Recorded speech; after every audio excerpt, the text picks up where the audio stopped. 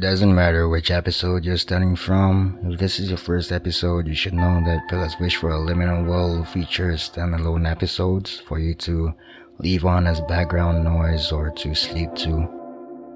And this series has been both fun and challenging for me to write, because there is only one character in the entire series and no plot in each episode.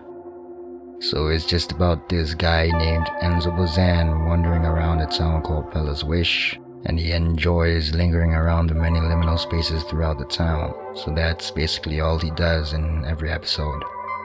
And I'm not planning to drag this series on forever, it's gonna be up until I'm planning to make it a novel length series. That's about 80,000 words, and each episode is 5,000 words.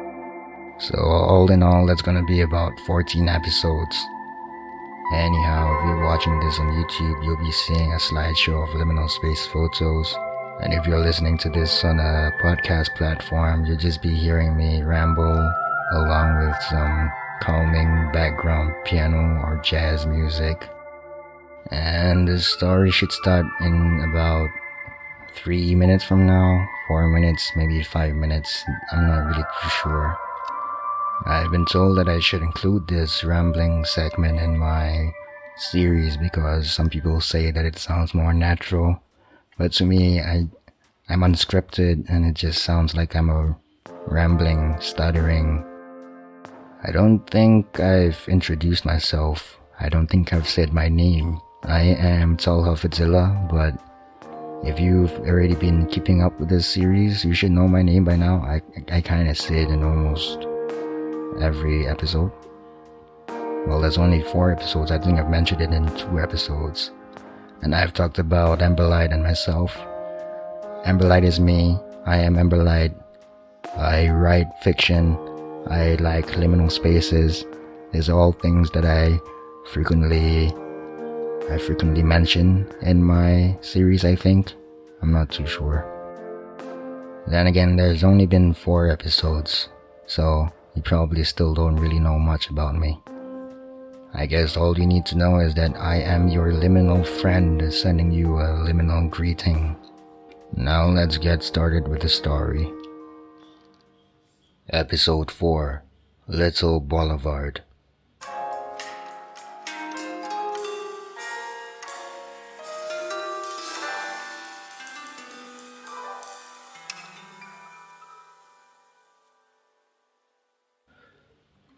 The gray sky grows dimmer, but the drizzling rain does not let up. It continues into the 0 hours and beyond, barely faltering nor intensifying its tempo. How moody must this lazy town be for the drizzling rain to have carried on from yesterday and into the early hours of the morning before dawn. It doesn't matter to Enzo Bozan, however, as he can spend forever sitting at the window of his small motel room, sipping on his coffee and water, listening to the soft pattering of rainfall outside like the whispers of a million tiny, lonely spirits. Every once in a while, Enzo will take a step outside and onto the corridor, where he will lean over the hand railing and look ahead at the foggy distance and down at the swimming pool. Standing over there, he will wallow in a few moody recollections and daydreams, and he will let time pass him by without him. By the time he would usually be asleep, he must have had 6 cups of coffee, some cold, some warm, some with creamer, some black. Still, when he crawled into bed and pulled sheets up to his chest, he had no intention to sleep yet. He has booked this room for 1 night, and now he is planning to book another. His studio apartment is no more than half an hour drive away, and he would get a more proper sleep back there. But Panorama Motel is sort of an atmosphere in which bittersweet recollections intensify and soften him into a near fever dream state. He extracts himself from the wraps that beg him to stay in bed, and he proceeds to brew himself yet another cup of coffee with creamer. When the electric kettle clicks, signaling that the water has been boiled, Enzo pours a 1/4 cup of hot water and then stirs the grounded coffee and creamer mix until it is smooth. He fills the rest of the cup up with cold water from the small fridge below the countertop. There is only one light on in his room, a dim, warm orange glow. That is where the coffee bar is, so the rest of the room is draped in shadows, and all he can hear is the muted pitter-patter of the raindrops. He sits in the armchair by his bedside and rests his elbow down on the windowsill and rests his cheek in his palm. What other priceless memory can he reach into at the back of his head? Which memory of his can this weather elicit from him? Way back when he was a young working adult, a marketing executive.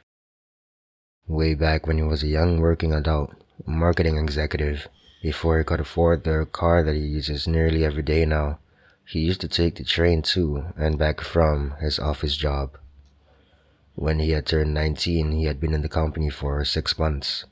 The pay was good, the work was horrendous though, but with all the hardship buried somewhere deep and far away in the back of his mind, the transit to and from the office were moments where he was safe from the prickling torment of time, especially after a hard day at work and the train stations and train seats were mostly empty, save a few other working people who were in the same boat as Enzo, who were just dark figures lingering somewhere at a distance within the blind side of Enzo's vision.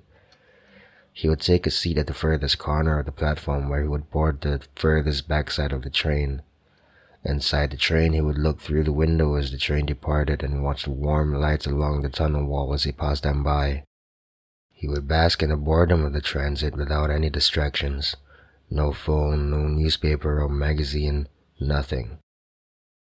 In the distance beyond the window, there would occasionally be a detached house situated on a hill, or in a small farmland or by a small pond. As he looked through the window at these houses, he would sometimes picture himself living there. When he had passed them by, he would sit back and ponder on who he was, who he wanted to be, where he wanted to go. He was young, and young people often have humongous, often unrealistic goals and dreams. Some youth achieve these tremendous goals that they set for themselves, while the majority of them are left to suffer in the thought that they are pathetic, that they are not worthy of such wealth and success, but they are simply imperfect.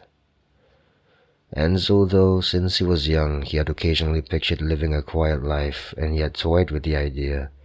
But him being young himself, he did not entertain the idea of a quiet life too much, as he had predominantly aimed for a much more active, prosperous lifestyle. So he forced images into his head of him having a large group of friends, a dolled-up girlfriend, a nice shiny car, everything most people want. When he had turned 20, he looked out the glass wall of his office building and realized that those images he had forced into his head were toxic. Yes, maybe in another reality, Enzo had achieved that large group of friends and that foxy lady and that luxurious ride, but what then? When he had turned 20, he walked down the dark roadside pavement alongside empty buildings after hours, and he had contemplated that lifestyle for a long time. It was not truly what he wanted. He had to tone it down a little bit, he thought. Checking his wristwatch, he saw that it was half an hour past midnight, but he hadn't planned on taking the train back home anyway. An hour and a half ago it was his birthday, and he was now a new 20-year-old man walking the lonely streets. It was time for him to be wiser, to conjure more careful, peaceful thoughts. And he needed to take this long walk under the dark sky to really understand this.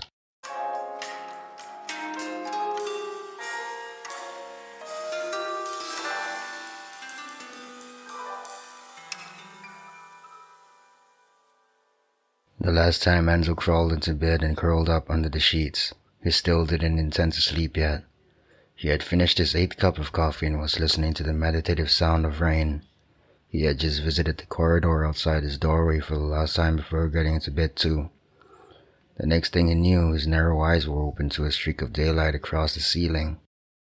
He had just woken up, even though he didn't intend to sleep when he had gotten into bed. This isn't disappointing though, as it was a wonderful slumber. The drizzling rain has finally stopped and the sky is now brighter than on most days. The mist too is not as thick. He pushes and kicks away the warm, thick sheets to get up and sits at the edge of his bed, staring down at his feet and then up at the window. Remaining still, he recalls what he had dreamt about. It forms in his mind blurry fragments of images, a puzzle piece that gradually completes itself the longer Enzo stays still with his eyes closed and the pace of his breathing slow and deep. The first few clear images that pop into his mind are of him walking on a roadside walkway alongside rows of dark, tall towers and big buildings. Enzo realizes that these images resemble one of his last recollections before he had fallen asleep, of him after hours after overtiming at work and wandering the dark, lonely streets. This dream had taken a page from that book and reworked it into something else stranger. And though there were no lights and the moonlight too was barely sufficient, his vision was not compromised. He could see everything around him clearly, strange as dreams can be. So now Enzo has recalled his images. What happened after that? He had walked for some time before his gaze met with a back alley between two buildings. He had entered it and followed the narrow course between two brick walls.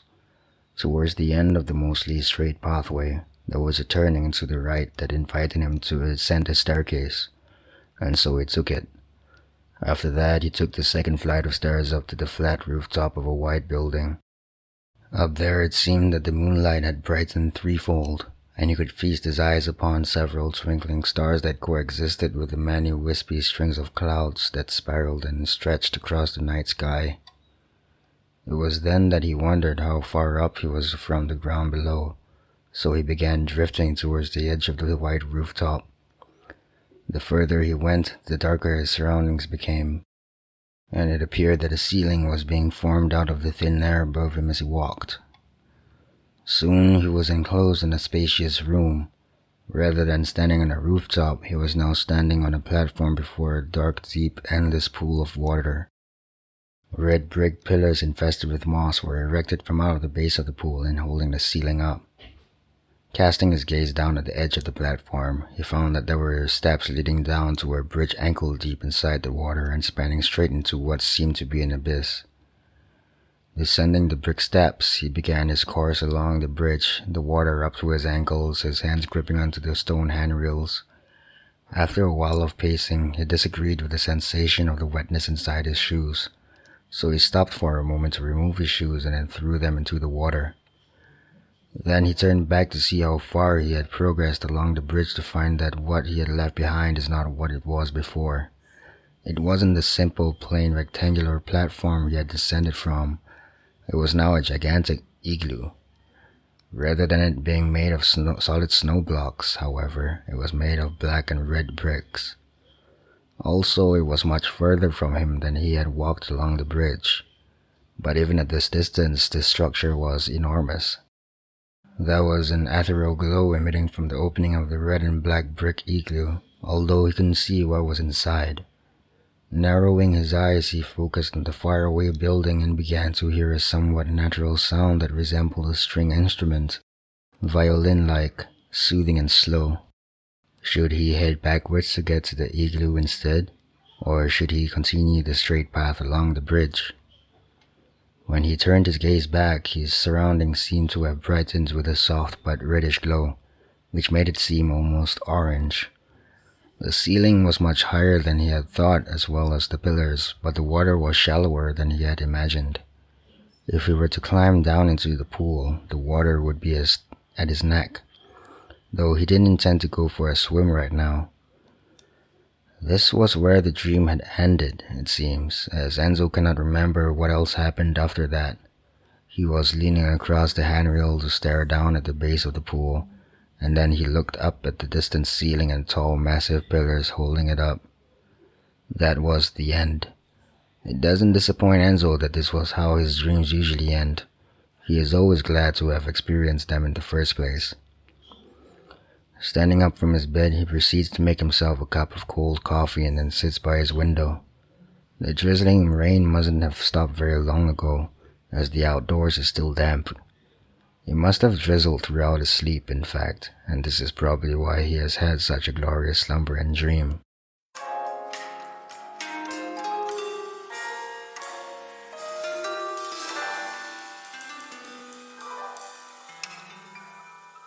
After booking his motel room for another night, Enzo ambles along the corridors of Panorama Motel, and then sits on the lowest tread of the shadiest staircase he can find. Resting his head against the wall beside him, he stares at the grass straight ahead. He thinks back about this one time he went on a spontaneous hike in the woodland closest to him. He was 19 and was on his first weekend since joining the workforce. The woodland was just a half an hour walk away from where he used to stay, so he just prepared himself a bottle of water, slipped into an outfit most suitable for hiking, and then went on his way with only his water bottle with a strap slung across his chest. As far as he knew, the woodland wasn't one particularly frequented by hikers. It just so happened to be situated relatively close to where Enzo stayed, and so he was curious to explore it one day. Crossing the highway, he took a step into the woodland and continued straight ahead, making sure that he didn't stray too far from the highway behind him. When he took a seat on a fallen tree, the highway was still a visible grayed distance away on his right side. Taking a sip of his water, he noticed something ahead of him. An object that didn't seem to fit within the scenery of greenery and nature surrounding him. He frowned and stood up, hunching his shoulders and narrowing his eyes to concentrate on the shape of it. It was squarish and short, nearly box-like. The closer he got to it, the more it looked like a chair, which it was, a dining chair that seemed to be relatively intact and new. What was this doing here? As though examining a cursed object, Enzo circled the chair several times before stopping in front of it and eyeing the details of it. It was very much a well-functioning chair, and clean too. If it was dumped here because its owner was moving out, why would they go this far into the woods just to throw it, a singular chair? As far as Enzo could see, there was no specific reason for this chair to be set right here. Nonetheless, it was an interesting discovery that he still cannot quite grasp while he sits on the last tread on a staircase in Panorama Motel, more than a decade later, staring out at the green grass before him. Standing up, he climbs the stairs up and back onto the corridor. He makes his way to the furthest end of the corridor where he then leans over the handrail to look at the parking lot below. The other car, apart from Enzo's that was here yesterday, is now gone. There is now only Enzo's car in the parking lot. So where do the staff park their vehicles? Is there another parking space reserved just for staff? It doesn't matter. The more Enzo feels like he is the only person in this motel, or in the entire town for that matter, the better. The last stop Enzo makes before heading back to his room is to the swimming pool. The remaining rainwater from a few hours ago has dried up by now. The tiles are clean and sparkling. He sits by the poolside, removes his shoes, and then dips his feet into the cold water. Leaning back on his palms, he looks up at the foggy sky and wonders when it will rain like it did yesterday. He looks into the water, at the base of the pool, and at how the daylight interacts with the surface of the water to create an artwork of rippling shadows and light. Bending his body forward, he rests his elbows on his thighs and his cheeks in his palms. He bent down lower and lower until, by impulse, he just let himself fall into the pool with all his clothes on. This is what's happening, and Enzo has no regrets. He lets himself sink lower and lower into the pool, then he lies on his back, holding his breath and watching air bubbles float up. The cold water engulfs him, filling his vision with a dark blue tint. Right then, a gust of wishes permeates his thoughts.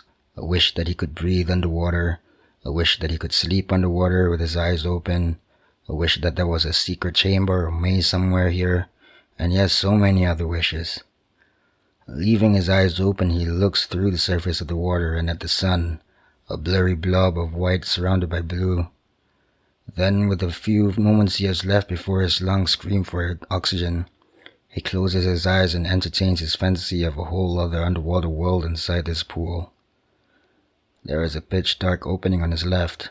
He floats up several inches from the floor to begin swimming towards it. When he enters it, he is greeted with a bluish glow filling the room he has just discovered. The base of the pool inside here is further, lower, and there is a dinner table down there with paintings along the walls made to look like windows looking out at varying nature landscapes. Rotating his body to face upwards, he finds that there is a small gap of air between the ceiling and water that he can retreat to when he wants to refill his lungs. Since he already could use a breather, he floats up there to poke his face out and then takes a huge gulp of air before diving back down and deeper towards the dining table. Down there, he lands on his feet and starts walking along the walls to view the paintings. The paintings really do make him feel like he is looking through windows at surreal scenery.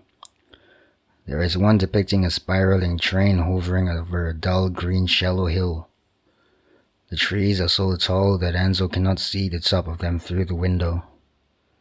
There is another painting where an upside-down gigantic staircase leads towards a valley between two snow-covered cliffs. Perhaps these really are windows rather than paintings. He fingers the handle at the bottom of the frame and pulls on it. To his surprise, it is a window that he can open. Then he reaches his hand through the window and feels the cold winter wind on his skin. Poking his head out the window, he takes another gulp of air and then closes it and proceeds to look through another one.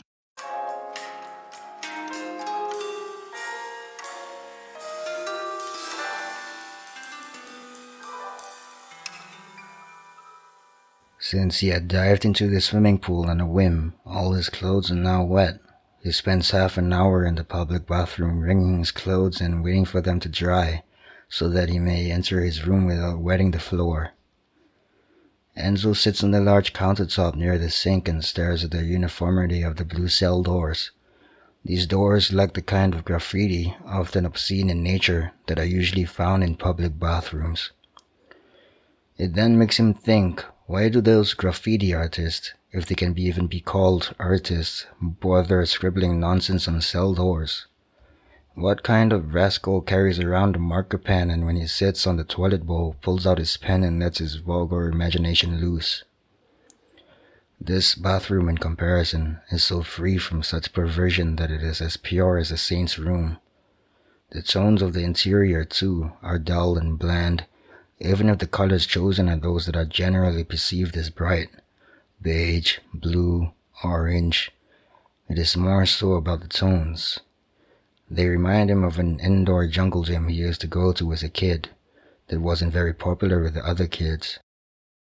For nearly a whole hour, he sits right where he was always seated on the countertop and eyes the ceiling, walls, and doors. Then he slips back into his still slightly damp clothes and proceeds towards his room where he takes a shower and wraps himself in a bathrobe. While the electric kettle boils water at the coffee bar, he combs his hair in the mirror and then mixes coffee when the water is boiled. With his mug of black coffee in his hand, he sits by his window and looks out at the sky that has begun to darken. The transition of day to night is something he wishes it could be slower. It often happens too quick for Enzo's liking. It is a time of day when the sun looks like it is resting on the horizon, and the sun really could use a break, but instead it continues to travel towards its next job somewhere else in the world. Halfway through his coffee, the sky has become dark, and Enzo is still seated at the window. He puts his feet up on the edge of his seat. Nothing special ever happens out there, and that is particularly why he can stay here for this long. The view is nearly as still as a painting that he can study in great detail, and while he is studying it, his mind paces to and fro between the past and the present. The last time he had stayed here, he had had a dream of another version of this motel. It resembled more of a hotel rather than a motel. Instead of corridors being open to the swimming pool and parking lot below, the walls and ceiling enclosed them. It was a plain corridor with doors and turnings left and right along a straight path. What appeared ahead of him would always be a pitch-black dead end that seemed to maintain the same distance from him no matter how far he had progressed along the corridor. There were always downlights of a dim white glow above him too, few and far between. Even as he wandered towards the pitch darkness ahead of him, the blackness moved away from him and new downlights would fade into existence. Unlike most of his dreams where his surroundings were more liquid-like and variable, this dream was more fixed, constant, solid, even repetitive. The first structure that he came across that broke the monotony that he really didn't mind experiencing, was what looked like a small office break room, one which Enzo came to realize resembled a break room in his old office. Looking through the glass wall, he saw only a single chair at the square table and a counter ranging across one side of the wall that had only an oven on top of it. He had sat on the chair inside the break room for what seemed like 15 minutes before exiting and exploring the corridors again. After several turnings left and right, he found a staircase that he descended without any hesitancy, as though it was the most natural course to take. It had led him down to a massive, empty, foggy parking lot. This was where the dream had ended. When Enzo is brought back to reality, after having reviewed his past dream, he finds himself standing outside his door and leaning on the handrail looking down at the swimming pool below. He has no memory of having left his room, but this tends to happen when he is this deep in thought. When his mind drifts away, so does his body, as though they are both trying to find the furthest distance away from each other. He stares up at the mothball for a moon resting and hiding behind a mass of fog. Then he rests his arms down atop the handrail and his chin in his arms. Tomorrow he will take a night trip to Little Boulevard. In the morning he will check out a panorama motel. What will he do between the morning and the night then? Might as well go home first. He heads back into his room to brew himself yet another cup of coffee, this time with creamer. While the water boils, he lies in bed and stares up at the ceiling. Interlocking his fingers behind his head, he wonders when he will visit this motel again. It is not that resting here is better than at home, but it is another kind of comfort. It is stranger. It is somewhere between familiarity and the unknown, and this motel sits in a special spot between the two. There are many other places in PELLA'S Wish that are as such, each of them having their own unique identity.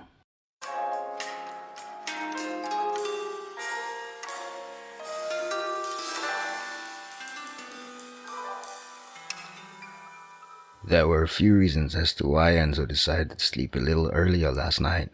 After having so randomly swum in the pool yesterday, he was slightly tired as well as relaxed, and since he had slept later than usual the day before, he wanted to set his body clock back to normal. And if he wants to fully enjoy a tour around Little Boulevard tonight, he better have enough sleep beforehand. And lastly, it seemed that he usually experiences some of the best dreams at Panorama Motel, and so he wanted to see what there was in store for him, and for how long he could stay inside this dream. It wasn't anything special, and that was just why it was special. It began with him standing in green grass and staring down at a small pond that was much deeper than it was wide. In that manner, it seemed more like a well. The grassland it was standing on was a plain, even ground that was vast and semi-encircled by tall apartment buildings. The buildings were practically slabs of concrete with windows. All of them were a uniform light gray and lacked design and features. The portion of land that wasn't enclosed by any tall buildings was open and endless. Over there, the giant sun set on the horizon staring at Enzo. And all throughout this lengthy dream, the sun just sat there, staring back at him. Eventually, Enzo sat in the grass across from the big, friendly sun. It didn't blind him with its brilliant golden rays, only glimmered behind the fog, gentle, unintrusive. Every once in a while, Enzo had looked at the buildings instead, at how the tinted glass in the windows reflected the soft sunlight, and he looked into the deep pond, or well, an underwater tunnel with walls lined with mossy pebbles and stones. Towards the end of the dream, he stood up and began strolling towards the sun, but before he could reach the end of the grassland, he had woken up after a whole 9.5 hours of sleep. This should keep him wide awake all throughout his trip around Little Boulevard. Now he is making himself his first cup of coffee for the day. He has an hour left before checkout, so he spends it by sitting by his window with his coffee in his hand and his bag slung across his belly. After checking out, he drives back to his studio apartment where he brews himself his second mug of coffee for the day, this time with milk. While staring at the miniature dining building on his bookshelf, he sips on his coffee and then proceeds to drag his chair to the corner of his room and sits there, staring at nothing in particular and sipping on what's left of his coffee. After he is done with that cup of coffee, he goes ahead and brews himself another, this time black. He sits on top of his kitchen counter and sips on it to the last drop. For the third cup of coffee with milk, he decides to be a little bit more adventurous. He brings it outside to the stairwell, sits on the top tread of the staircase and sips away. Looking through the square window in the stairwell landing one flight of stairs below his floor, he sees that the sky has darkened. It is now time for him to go to Little Boulevard. So he heads back to his apartment, rinses his coffee mug, and grabs his car keys from the key hanger. Nearly an hour later, he is parking his car at the entrance of the Little Boulevard train station entrance. This train station is no longer functioning, and so he can practically park his car anywhere around here. Exiting his car, he looks up at the black sky behind the black building and he takes a gulp of the cold wind before going down the ramp into the basement level parking lot. Sometimes the power turns on at night. It doesn't seem that it will tonight. It doesn't matter though, as the dark station is as enchanting as it is with its lights on. He enters the stairwell and into the pitch darkness. The only way he can tread the stairs is by using his feet and hands to feel his way around until he reaches the ground floor and then pushes the twin doors open. It is still dark beyond these doors, but it is a shade brighter. Bright enough for him to see the walls and shapes of surrounding objects. This area, 5 years ago, used to be a shopping place for passers-by on their way to their transit.